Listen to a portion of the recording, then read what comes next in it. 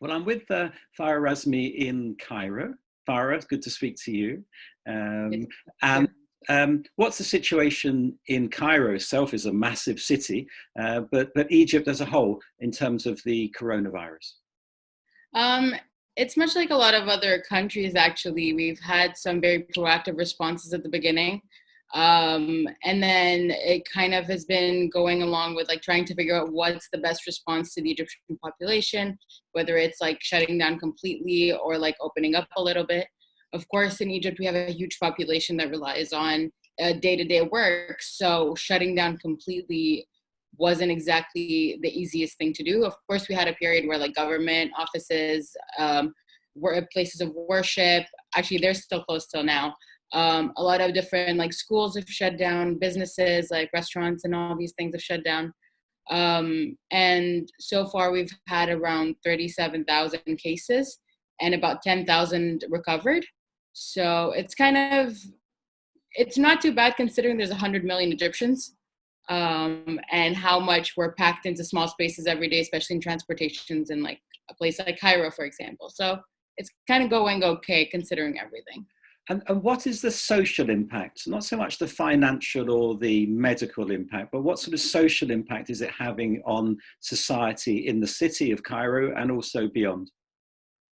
Well, Egypt has a very social lifestyle. So like the nightlife is a huge thing. People will work all day and then like will hang out till morning, especially in Cairo.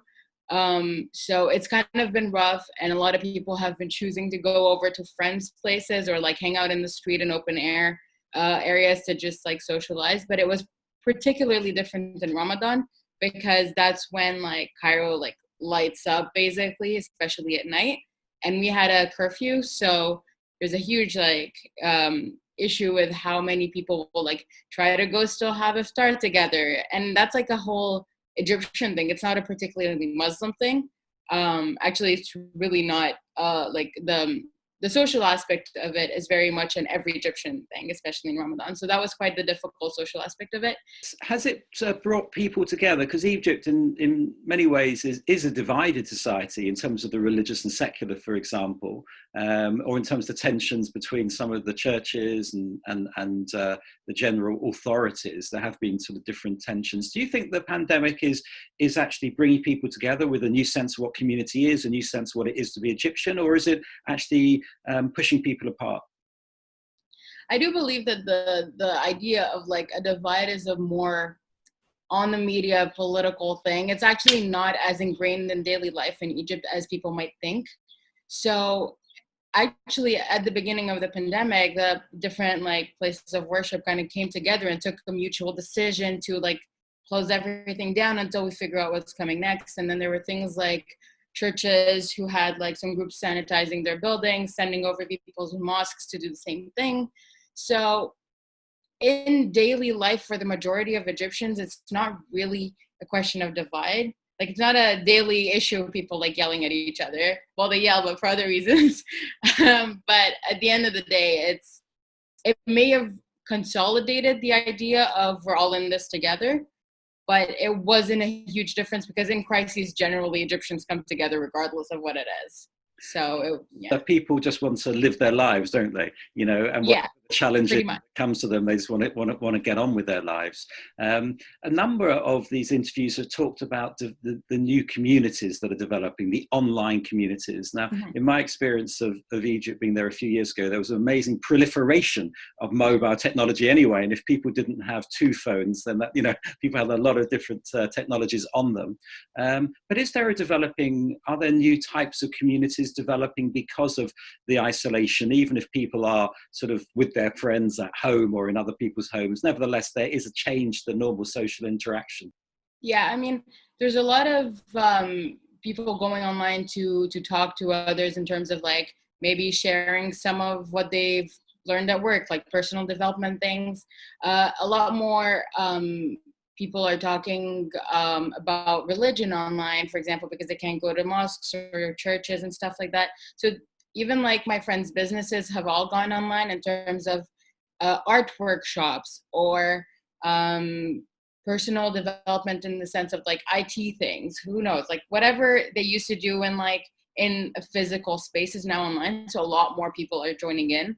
A lot more people are like getting access to something that they wouldn't have otherwise, especially if they want to see something that would have taken place in the US or in Europe or somewhere else in the world. Now, because they're at home and because they have a bit more time, they're accessing all these different sources. So actually a lot of people have gone, actually the internet has slowed down because of so many people going online now. So the sales of internet like tools have just skyrocketed actually. So perhaps tell us a little bit about the different minorities in Egypt and the divisions there, because many people watching this video won't be familiar with the strength of different communities. They may know one or two names, but they won't know. So perhaps you can just share with us those constituencies.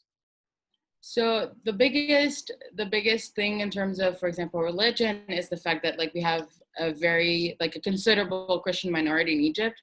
And then within the Muslim community and the Christian community, there's a lot of different groups and like sects, I would say. And then there's a very small Jewish community as well. And in terms of like the divide within those communities, you'll have like the majority of Christians, for example, Copt, so they're Coptic Egyptian, the Coptic Christians.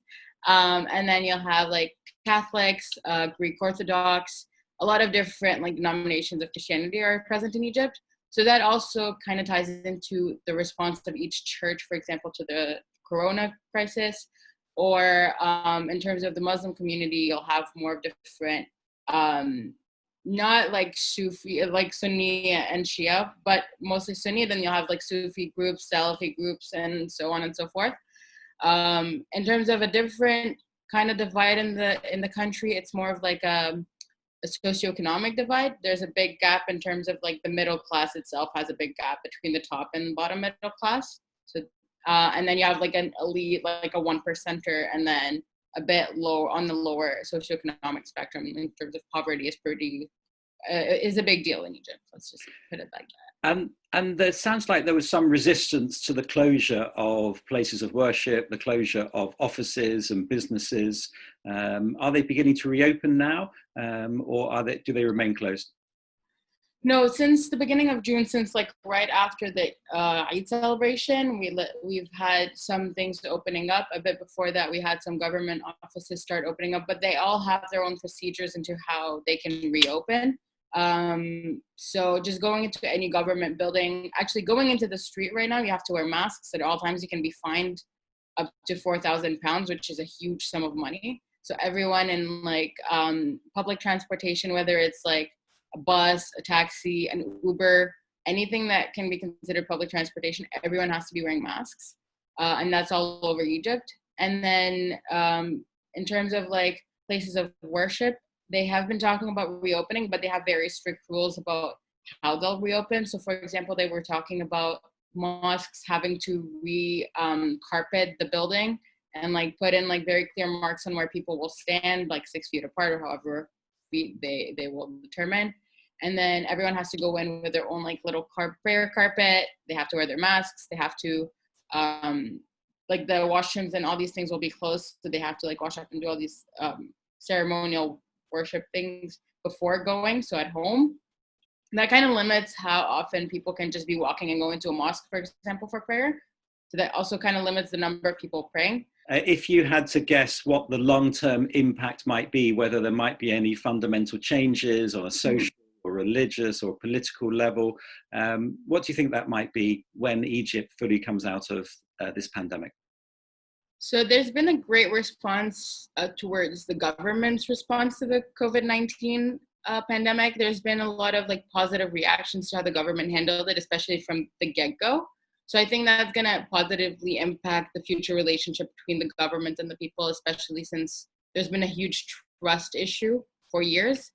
In terms of day-to-day life, there's been a lot more talk about sanitation, about like social responsibility in terms of like health issues. So that in itself is a very positive thing going forward. Even economically, banks have responded pretty well, especially since we got used to crises and like immediate responses. So a lot of people now know how to react to like, basically everyone almost has a course in crisis management now. So I think there's a lot of positive impact coming out of this, despite how horrible it is on the other side of the spectrum in terms of like people dying and all that. It's interesting that you mentioned the cohesion of society, the coming together, the building of trust between the authorities and the population. Now, that's a slightly unusual story in comparison with other interviews around the world we've done on the COVID-19 Chronicles. What do you put that down to?